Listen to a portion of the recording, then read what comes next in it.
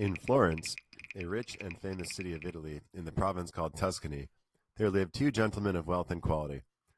Anselmo and Lothario, such great friends that by way of distraction they were called by all that knew them the two friends. They were unmarried, young, of the same age, and of the same tastes, which was enough to account for the reciprocal friendship between them. Anselmo, it is true, was somewhat more inclined to seek pleasure in love than Lothario, for whom the pleasure of the chase had more attraction. But on occasion, Anselmo would forego his own tastes to yield to those of Lothario, and Lothario would surrender to his to fall in with those of Anselmo. And in this way, their inclinations kept pace one with the other, with a concord so perfect that the best regulated clock could not surpass it. Anselmo was deep in love with a high-born and beautiful maiden of the same city, the daughter of parents so estimable and so estimable herself, that he resolved, with the approval of his friend Lothario, without whom he did nothing, to ask her of them in marriage, and did so, Lothario being the bearer of the demand, and so conducting the negotiations so much to the satisfaction of his friend that in a short time he was in possession of the object of his desires, and Camilla, so happy in having won Anselmo for her husband, that she gave thanks unceasingly to heaven and to Lothario, by whose means such good fortune had fallen to her. The first few days, those of a wedding being usually days of merrymaking, Lothario frequented his friend Anselmo's house as he had been wont, striving to do honor to him and to the occasion, and to gratify him in every way he could. But when the wedding days were over, and the succession of visits and congratulations had slackened, he began purposely to leave off going to the house of Anselmo, for it seemed to him, as it naturally would to all men of sense, that friends' houses ought not to be visited after marriage with the same frequency as in their master's bachelor days. Because, though true and genuine friendship cannot and should not be in any way suspicious, still a married man's honor is a thing of such delicacy that it is held liable to injury from brothers, much more from friends. Anselmo remarked the cessation of Lothario's visits, and complained of it to him, saying, if he had known that marriage was to keep him from enjoying his society as he used, he would have never married, and that if by the thorough harmony that subsisted between them while he was a bachelor, they had earned such a sweet name as the two friends, he should not allow a title so rare and so delightful to be lost through needless anxiety to act circumspectly. And so he entreated him, if such a phrase was allowable between them, to become once more master of his house, and to come in and go as formerly, assuring him that his wife Camilla had no other desire or inclination than that which he would wish her to have, and that knowing how sincerely they loved one another, he was grieved to see such coldness in him. She was grieved to see such coldness in him. To all this and much more that Anselmo said to Lothario to persuade him to come to his house, as had been in the habit of doing, Lothario replied with so much prudence, sense, and judgment that Anselmo was satisfied of his friend's good intentions, and it was agreed that on 2 days of the week and on holidays Lothario should come to dine with him. But through this arrangement was made between them, Lothario resolved to observe it no further than he considered to be in accordance with the honor of his friend, whose good name was more to him than his own. He said, and justly, that a married man upon whom heaven had bestowed a beautiful wife should consider carefully what friends he brought to his house, as what female friends his wife associated with. For what cannot be done or arranged in the marketplace, in church, at public festivals, or at stations, opportunities that husbands cannot always deny their wives, may be easily arranged in the house of the female friend or relative in whom most confidence is reposed. Lothario, too, said that every married man should have some friend who would point out to him any negligence he might be guilty of in his conduct, for it will sometimes happen that, owing to the deep affection of the husband bears his wife, either he does not caution her, or, not to vex her, refrains from telling her to do or not to do certain things, doing or avoiding which may be a matter of honor or reproach to him, and errors of this kind he could easily correct if warned by a friend. But where is such a friend to be found as Lothario would have, so judicious, so loyal, and so true? Of a truth I know not. Lothario alone was such a one, for with the utmost care and vigilance he watched over the honor of his friend, and strove to diminish, cut down, and reduce the number of days for going to his house according to their agreement, lest the visits of a young man, wealthy, high-born, and with the attractions he was conscious of possessing, at the house of a woman so beautiful as Camilla should be regarded with suspicion by the inquisitive and malicious eyes of the idle public. For though his integrity and reputation might bridle slanderous tongues, still he was unwilling to hazard either his own good name or that of his friend. For this reason, most of the days agreed upon he devoted to some other business, which he pretended was unavoidable, and that great portion of his day was taken up with complaints to one side and excuses to the other. It happened, however, that on one occasion, when the two were strolling together outside the city, Anselmo addressed the following words to Lothario: "Thou mayest suppose, Lothario, my friend, that I am unable to give sufficient thanks for the favors God has rendered me in making the son of such parents as mine were, and bestowing me with no niggard hand that we which are called the gifts of nature as well as those of fortune, and above all for what he had done in giving me thee for a friend and Camilla for a wife, two treasures that I value, if not as highly as I ought, at least as highly as I am able.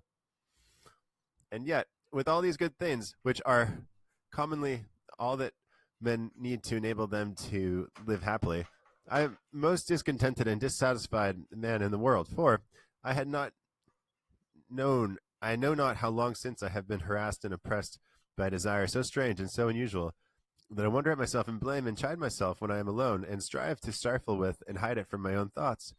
and with no better success than if I were endeavoring deliberately to publish it to all the world. As, in short, it must come out, I would confide it to thy safe keeping, feeling sure that by this means, and by thy readiness as a true friend to afford me relief, I shall soon find myself freed from the distress it causes me, and that thy care will give me happiness in the same degree as my own folly has caused me misery." The words of Anselmo struck Lothario with astonishment, unable as he was to conjecture the purport of such a lengthy preamble. And though he strove to imagine what desire it could be so troubled his friend, his conjectures were all far from the truth, and to relieve the anxiety which this perplexity was causing him, he told him he was doing a flagrant injustice to their great friendship in seeking circuitous methods of confiding to him his most hidden thoughts, for he well knew he might reckon upon his counsel in diverting them, or to his help in carrying them into effect. "That is the truth," replied Anselmo, "and replying upon that that I will tell thee, friend Lothario, that the desire which harasses me is that of knowing whether my wife Camilla is as good as and as perfect as I think her to be, and I cannot satisfy myself of the truth in this point, except by testing her in such a way that trial may prove the purity of her virtue as the fire proves that of gold. Because I am persuaded, my friend, that a woman is virtuous only in proportion as she is or is not tempted, and that she alone is strong who does not yield to the promises, gifts, tears, and importunities of earnest lovers. For what thanks does a woman deserve for being good, if no one urges her to be bad? And what wonder is it that she is reserved and circumspect, to whom no opportunity is given of going wrong, and who knows she has a husband that will take her life the first time he detects her in impropriety? I do not therefore hold her who is virtuous through fear or want of opportunity in the same estimation as her who comes out of temptation and trial with a crown of victory. And so, for these reasons, and many others that I could give thee to justify and support the opinion I hold, I am desirous that my wife Camilla should pass this crisis, and be refined and tested by the fire of finding herself wooed, and by one worthy to set his affections upon her. And if she comes out, as I know she will, victorious from the struggle, I shall look upon my good fortune as unequaled. I shall be able to say that the cup of my desire is full, and that the virtuous woman of whom the sage says, "Who shall find her?" has fallen to my lot. And if the result of the contrary of what I expect, in the satisfaction of knowing that I have been right in my opinion, I shall bear without complaint the pain which my so dearly bought experience will naturally cause me. And as nothing of all thou wilt urge in opposition to my wish will avail to keep me from carrying it into effect, it is my desire, friend Lothario, that thou shouldst consent to become the instrument for effecting this purpose that I am bent upon, for I will afford the opportunities to that end, and nothing shall be wanting, and I think that I may think necessary for the pursuit of a virtuous, honorable, modest, and high-minded woman. And among other reasons, I am induced to entrust this arduous task to thee by the consideration that if Camilla be conquered by thee, the conquest will not be pushed to extremes, but only far enough to account that accomplished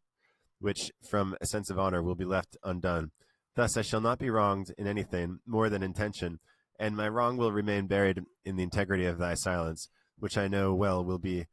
lasting as that of death in what concerns me. If therefore thou wouldst have me enjoy what can be called life, thou wilt at once engage in this love struggle, not lukewarmly nor slothfully, but with the energy and zeal that my desire demands, and with the loyalty of our friendship assures me of. Such were the words Anselmo addressed to Lothario, who listened to them with such attention that, except to say what has been already mentioned, he did not open his lips until the other had finished. Then, perceiving that he had no more to say, after regarding him for a while as one would regard something never before seen that excited wonder and amazement, he said to him, I cannot persuade myself, Anselmo, my friend, that what thou hast said to me is not in jest. If I thought thou wert speaking seriously, I would not have allowed thee to go so far, so as to put a stop to thy long harangue by not listening to thee. I verily suspect that either thou dost not know me, or I do not know thee. But no, I know well thou art Anselmo, and thou knowest that I am Lothario. The misfortune is, it seems to me,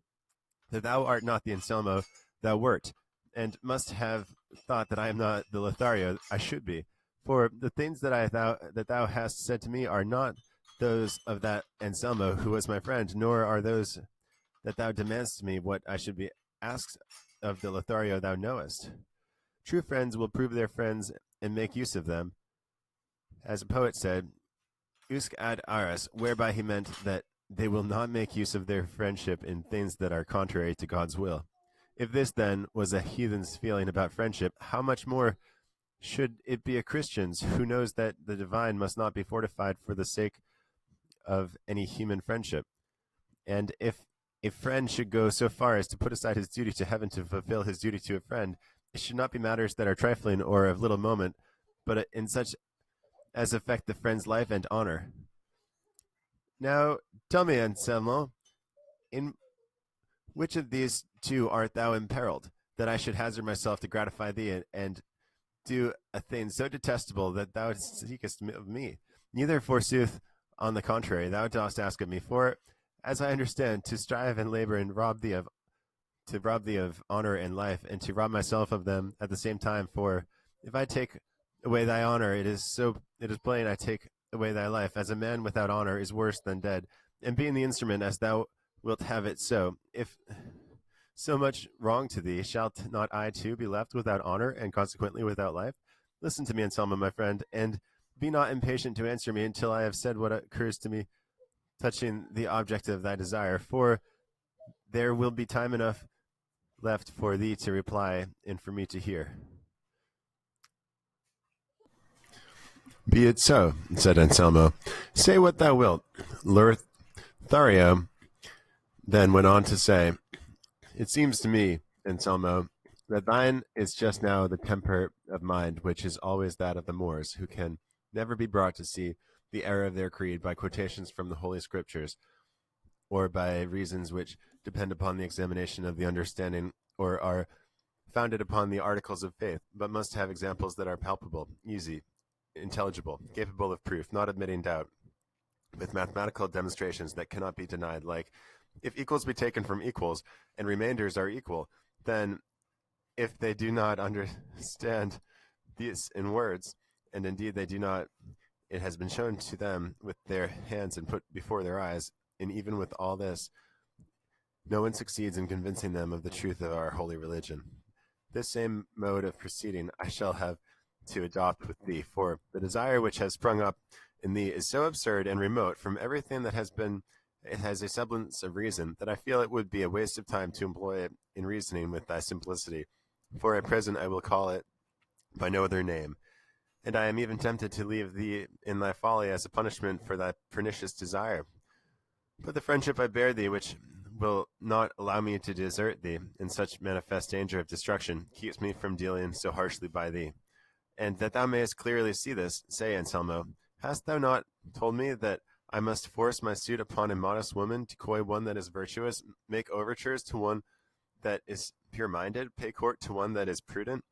Yes, thou hast told me so. Then, if thou knowest that thou hast a wife, modest, virtuous, pure-minded, and prudent, what is that thou seekest? And if thou believest that she will come forth victorious from all my attacks, as doubtless she would, what higher titles than those she possesses now dost thou think thou canst bestow upon her? Or in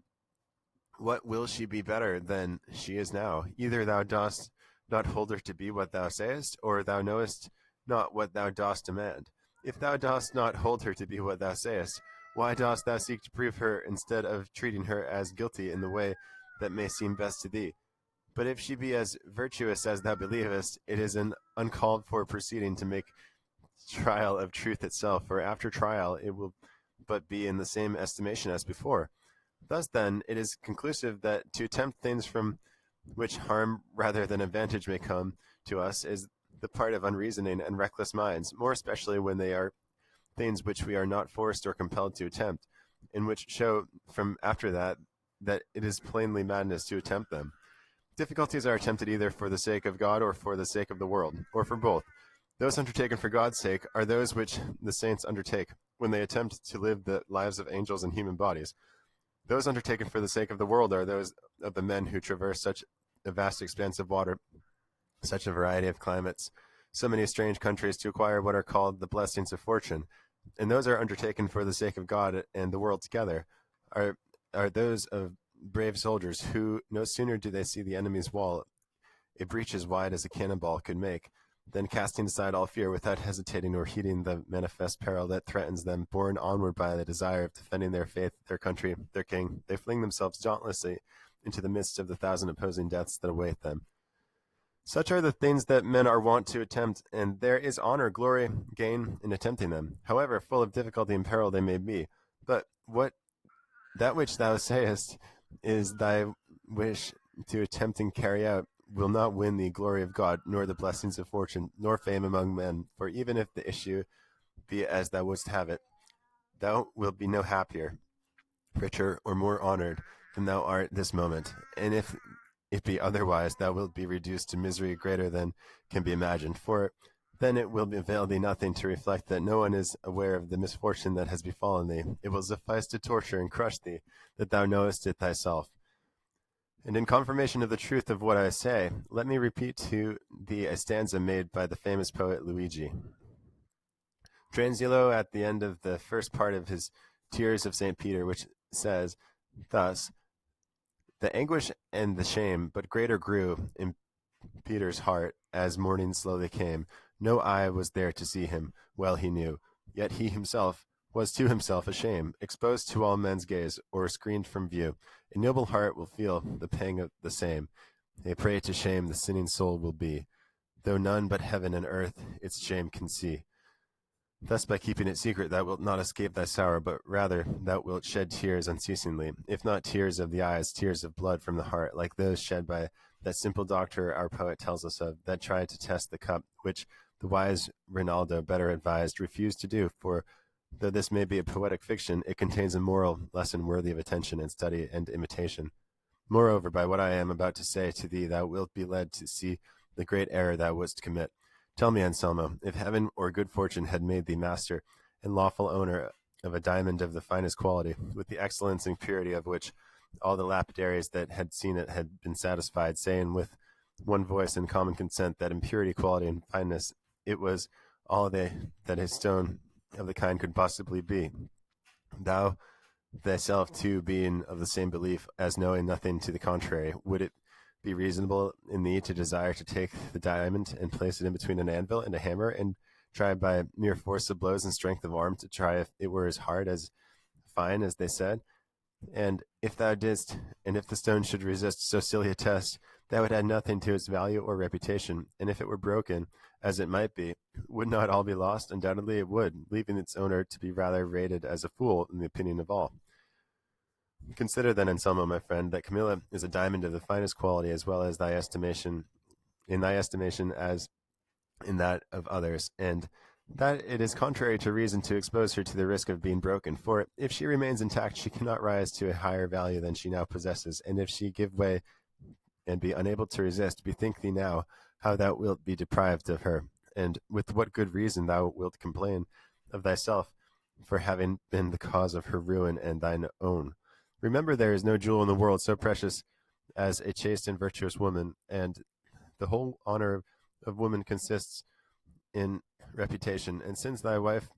is of the high excellence that thou knowest, Wherefore shouldst thou seek to call that truth in question? Remember, my friend, that woman is an imperfect animal, and that impediments are not to be placed in her way to make her trip and fall, but that they should be removed and her path left clear of all obstacles, so that without hindrance she may run her course freely to attain the desired perfection, which consists in being virtuous. Naturalists tell us that the ermine is a little animal which has fur of purest white, and that when the hunters wish to take it, they make use of its artifice. This, having ascertained the place which it frequents and passes, they stop by the way to them with mud, and then rousing it, drive it towards the spot. And as soon as the ermine comes to the mud, it halts, and allows itself to be taken captive rather than pass through the mire and spoil its sully and whiteness, which it values more than life and liberty. The virtuous and chaste woman is the ermine, and whiter and purer than snow in the virtue of modesty. And he who wishes her not to lose it, but to keep and preserve it, must adopt a course different from that employed with the ermine. He must not put before her the mire of the gifts and attentions of persevering lovers, because perhaps, and even without a perhaps, she may not have sufficient virtue and natural strength in herself to pass through the treaded underfoot those impediments. They must be removed, and the brightness of virtue and the beauty of fair fame must be put before her.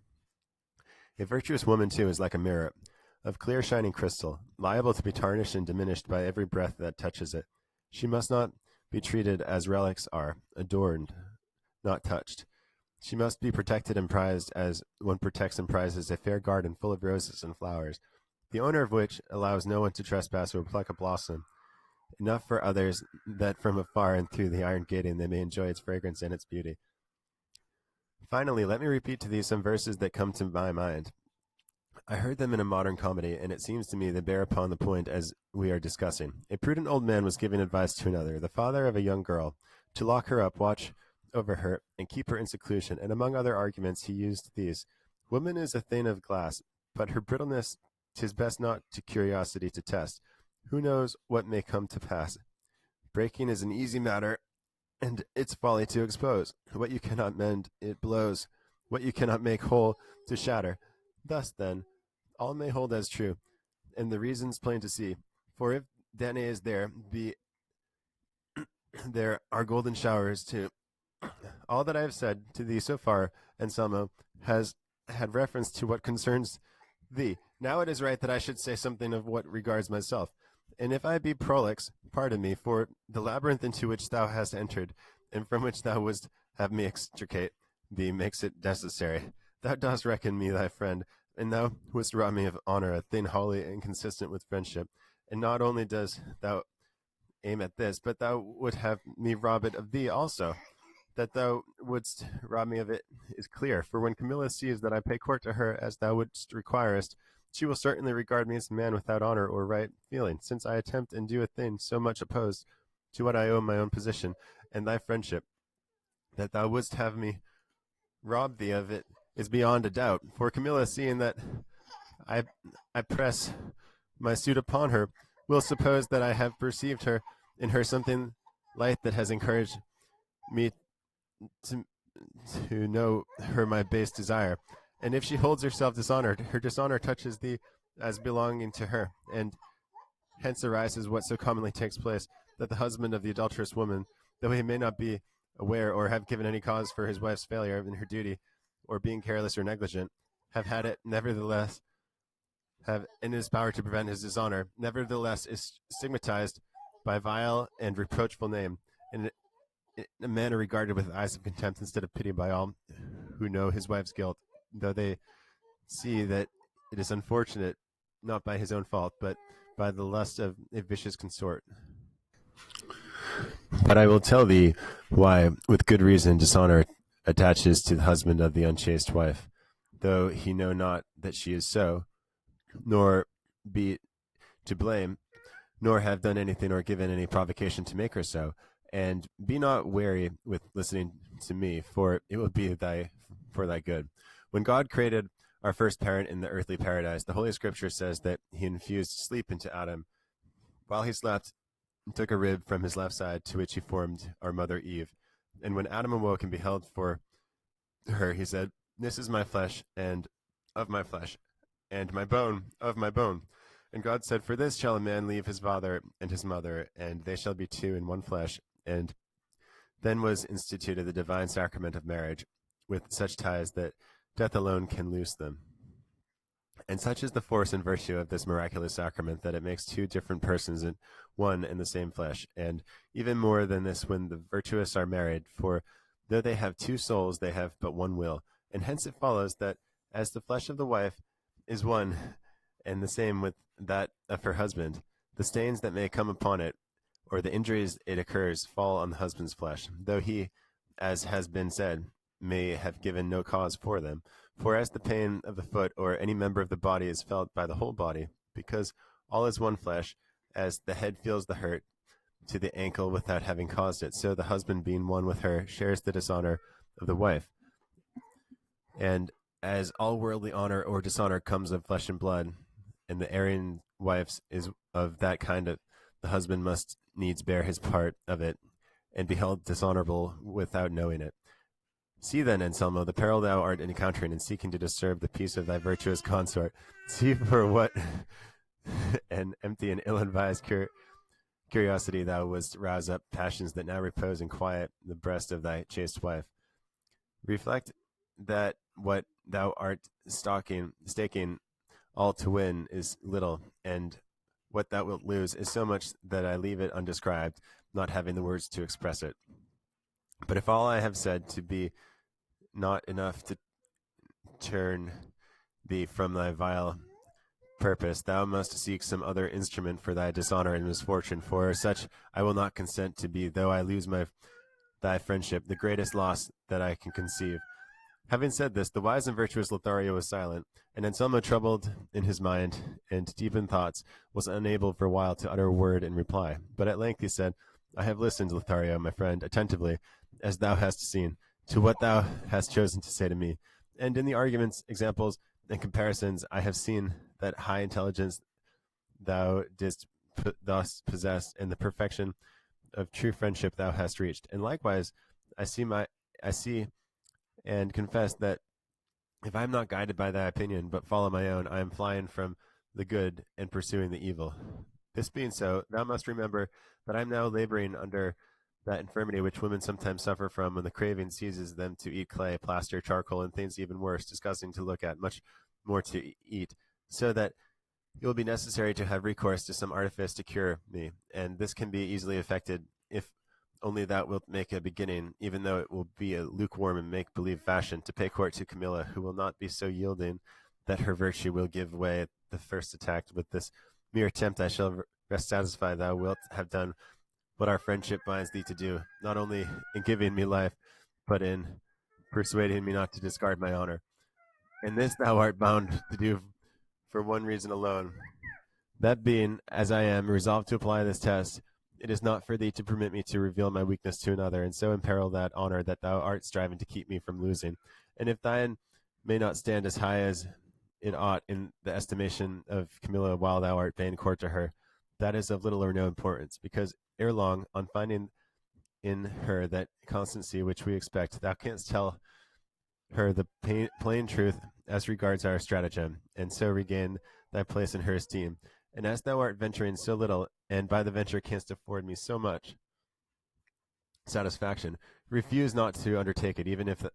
further difficulties present themselves to thee. For, as I have said, if thou wilt only make a beginning, I will acknowledge the issue decided. Lothario, seeing the fixed determination of Anselmo, and not knowing what further examples to offer, arguments to urge in order to dissuade him from it, and perceiving that he threatened to confide his pernicious scream to someone else, to avoid a greater evil, resolved to gratify him to do what he asked, intending to manage the business so as to satisfy Anselmo without corrupting the mind of Camilla. And so in reply he told them not to communicate his purpose to any other, for he would undertake the task himself and would begin it as soon as he pleased. Anselmo embraced him warmly and affectionately, and thanked him for his offer, as if he had bestowed some great favor upon him. And it was agreed between them to set about it the next day, Anselmo affording opportunity and time to Lothario to converse alone with Camilla, and furnishing him with money and jewels to offer and present to her.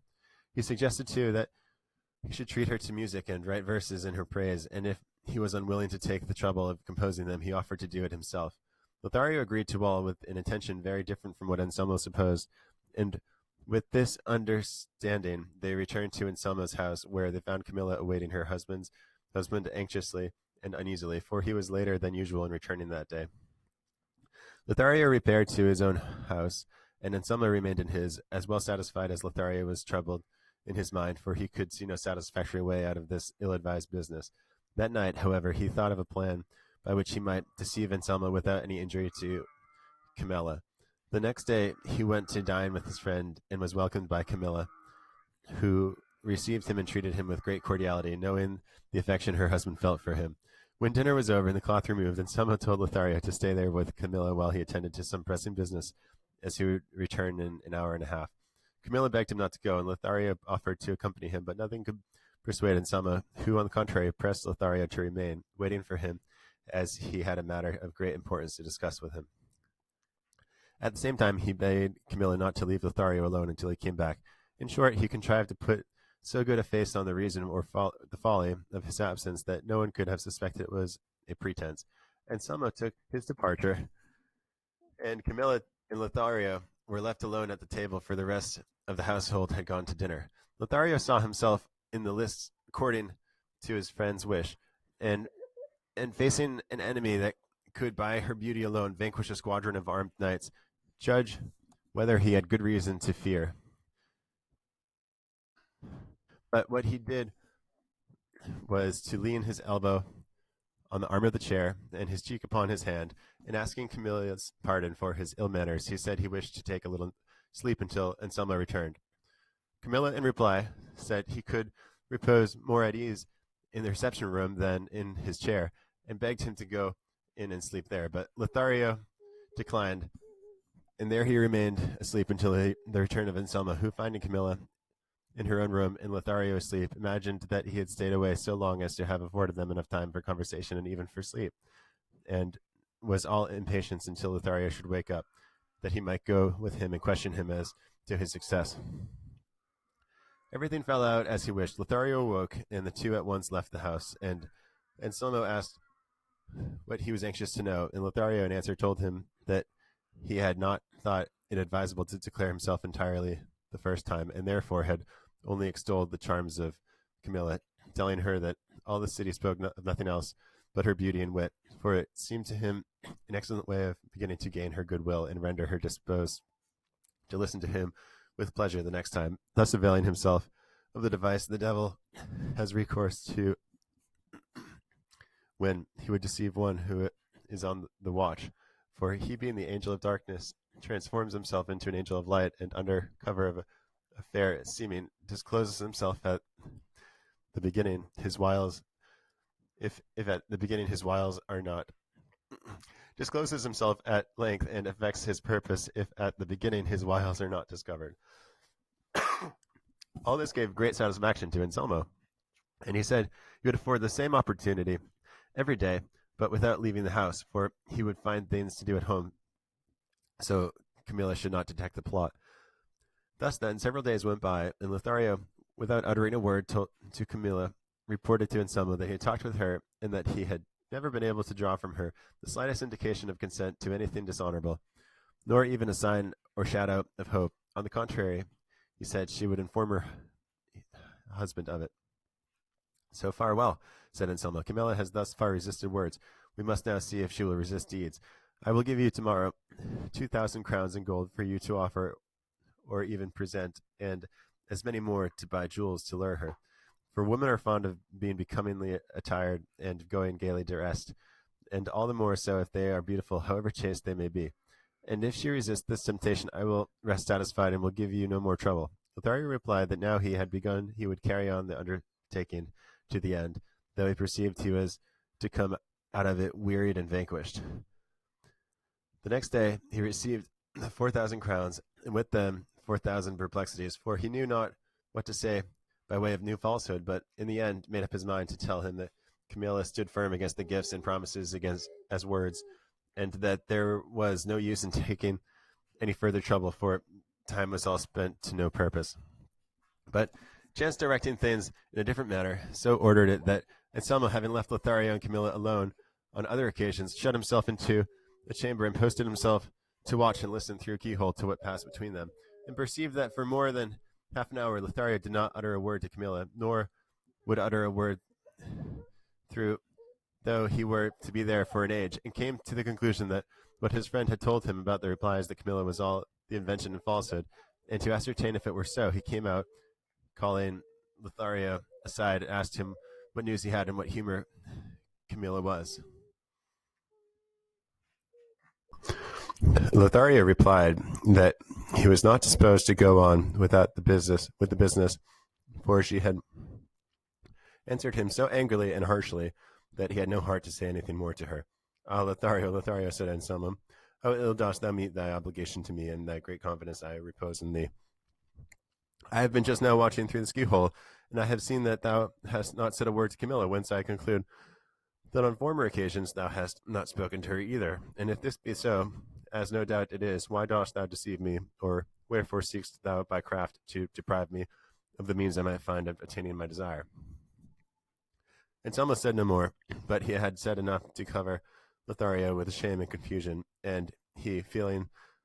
as it were his honor touched by having been detected in a lie, swore to Anselmo that he would from that moment devote himself to satisfying him without any deception, as he would see if he had the curiosity to watch, though he need not take any of the trouble, for the pains he would take to satisfy him would remove all suspicion from his mind. And someone believed him, and to afford him an opportunity more free and less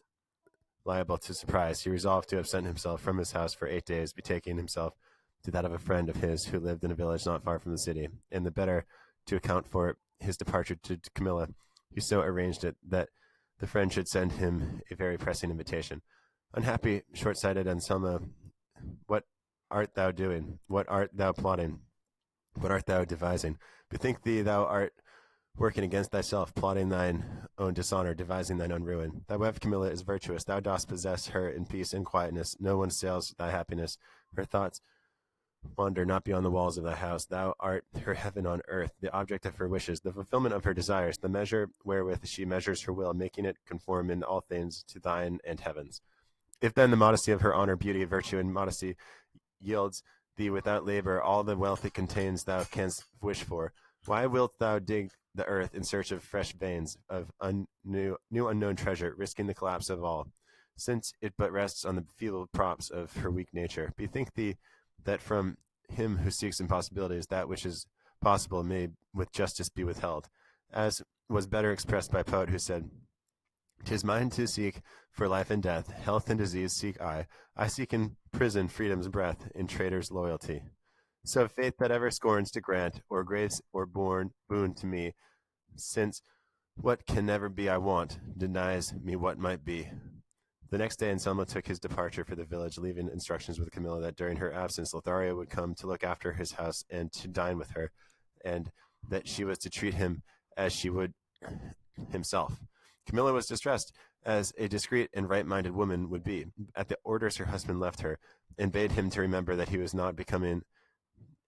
that anyone should occupy his seat at the table during his absence, and if he acted thus from not feeling confidence that she would be able to manage his house, let him try her this time, and he would find by experience that she was equal to greater responsibilities. And Selma replied that it was his pleasure to have it so, and that she had only to submit and obey. Camilla said she would do so, though against her will. And Selma went, and the next day Lothario came to his house, where he was received by Camilla with a friendly and modest welcome, but she never suffered Lothario to see her alone, for she was always attended by her men and women servants, especially by handmaids of hers, Leonela by name, to whom she was much attached, for they had been brought up together from childhood in her father's house, and whom she had kept with her after her marriage with Anselmo. The first 3 days Lothario did not speak to her, though he might have done so when they removed to the cloth, and the servants retired to dine hastily, for such were Camilla's orders. Nay more, Leonela had directions to dine earlier than Camilla and never leave her side. She, however, having her thoughts fixed upon other things more to her taste, and wanting that time and opportunity for her own pleasures, did not always obey her mistress's commands, but on the contrary left them alone, as if they had ordered her to do so. But the modest bearing of Camilla, the calmness of her countenance, the composure of her aspect were enough to bridle the tongue of Lothario. But the influence which the many virtues of Camilla exerted in opposing silence on Lothario's tongue proved mischievous for both of them. For if his tongue was silent, his thoughts were busy, and he could dwell at leisure upon the perfections of Camilla's goodness and the beauty, one by one, charms enough to warm with love a marble statue, not to say a heart of flesh. Lothario gazed upon her when he might have been speaking to her, and thought how worthy of being loved she was. And thus reflection began little by little to assail his allegiance to Anselmo, and 1,000 times he thought of withdrawing from the city and going where Anselmo should never see him, nor he see Camilla. But already the delight he found in gazing on her interposed and held him fast. He put a constraint upon himself and struggled to repel and repress the pleasure he found in contemplating Camilla. When alone, he blamed himself for his weakness, called himself a bad friend, nay, a bad Christian. Then he argued the matter and compared himself with Anselmo, always coming to the conclusion that the folly and rashness of Anselmo had been worse than his faithlessness, and that if he could excuse his intentions as easily before God as with man, he had no reason to fear any punishment for his offense. In short, the beauty and goodliness of Camilla, joined with the opportunity which the blind husband had placed in his hands, overthrew the loyalty of Lothario, and giving heed to nothing save the object towards which his inclinations led him, after Anselmo had been 3 days absent, during which he had been carrying on a continual struggle with his passion, he began to make love to Camilla with so much vehemence and warmth of language that she was overwhelmed with amazement, and could only rise from her place and retire to her room without answering him a word. But the hope which always brings up with love was not weakened in Lothario by his repelling demeanor. On the contrary, his passion for Camilla increased, and she discovered in him what she had never expected, knew not what to do, and considered it neither safe nor right to give him the chance or opportunity of speaking to her again, that she resolved to send, as she did that very night, one of her servants with a letter to Anselmo, in which she addressed the following words to him.